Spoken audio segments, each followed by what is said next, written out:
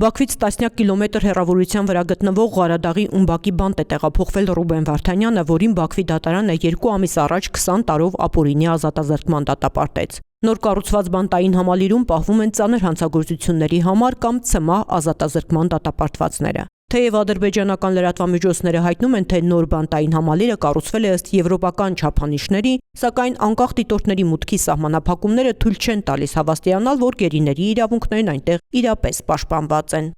Ոչինչ հայտնի չէ նոր հաստատությունում նրա եւ մյուս գերիների պահման պայմանների մասին, այս հարցում եւս թափանցիկություն չկա։ Միջազգային իրավունքի նորմերով սահմանված երաշխիքները խախտվում են, մասնավորապես նախապես ընտանիքի անդամներին չեն հայտնել, թե որտեղ, երբ են տեղափոխվում ու ռեժիմի զանգերի մասով ինչ փոփոխություններ են լինելու։ Չկա հավաստի տեղեկություն նրանց առողջության, բժշկական օգնության հասանելիության, տարրական կենսապայմանների մասին։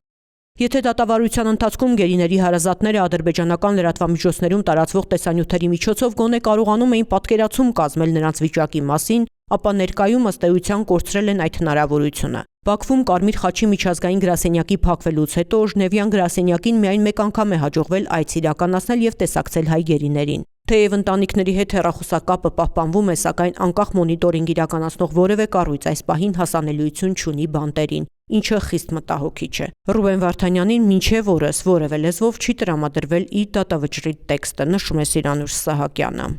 ՄԻԷ-ը պարտավորեցրել է Ադրբեջանին մինչև օգոստոսի 31-ը տրամադրել գերիների դատավճիռները։ Այս որոշումը խթան կարող է հանդիսանալ այդ փաստաթղթերի տրամադրման համար։ Միևնույն ժամանակ սա չի նշանակում, որ դատավճիռները չտրամադրելով Ադրբեջանը կարող է փակել ճանապարհը դեպի միջազգային դատարաններ։ Ընդհակառակը նման իրավիճակում կարող ենք արձանագրել, որ ներպետական իրավական միջոցներն արդյունավետ չեն գործում եւ այդ պայմաններում ՄԻԵ-դ դիմելու ժամկետների հաշվարկը սկսվում է դատական ակտերի փաստացի ստացման պահից։ Ռուբեն Վարդանյանը վերջերս ընտանիքի անդամների հետ հեռախոսազրույցում պատմել էր, որ հանդիպել է Ադրբեջանի օմբուդսմենին, բարձրացրել իր եւ մյուս հայ բանտարկյալներին վերաբերող կենցաղային, բժշկական, իրավական, մարդասիրական եւ դիվանագիտական հարցեր։ Ադրբեջանցի պաշտոնյան ի պատասխան ասել էր, թե հայ պաշտոնակցի Անահիտ Մանասյանի հետ արդեն քննարկել է Բաքու այցելելու հնարավորությունը։ Ադրբեջանական կողմը պատրաստակամություն է հայտնել նպաստելու այցի կազմակերպմանը։ Անահիտ Մանասյանը սակայն ասում է, Ադրբեջան այցելելու պաշտոնական հրավեր չի ստացել։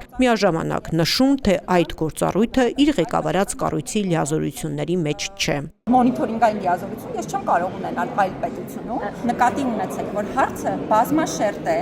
հարցը շատ մեծ շերտեր է իր մեջ պարունակում եւ նաեւ հարցը լուսաբանելիս է։ Ես խնդրում եմ շատ զգայուն եւ զգույշ եղեք, որովհետեւ կարող եք անդրադառնալ այնպիսի շերտերին, որոնք շատ վտանգավոր են։ Մամուլում այսօր արդեն տեղեկություններ են շրջանառվում այն մասին, որ ընտրությունների նախաշեմին Ալիևը Փաշինյանին իր աջակցությունը հայտնելու համար Բաքվում պահվող մի քանի գերիների կվերադարձնի Հայաստանին։ Նրանց թվում սակայն Արցախի ռազմաքաղաքական ղեկավարության ներկայացուցիչները ըստ հրապարակ օրաթերթի չեն լինի։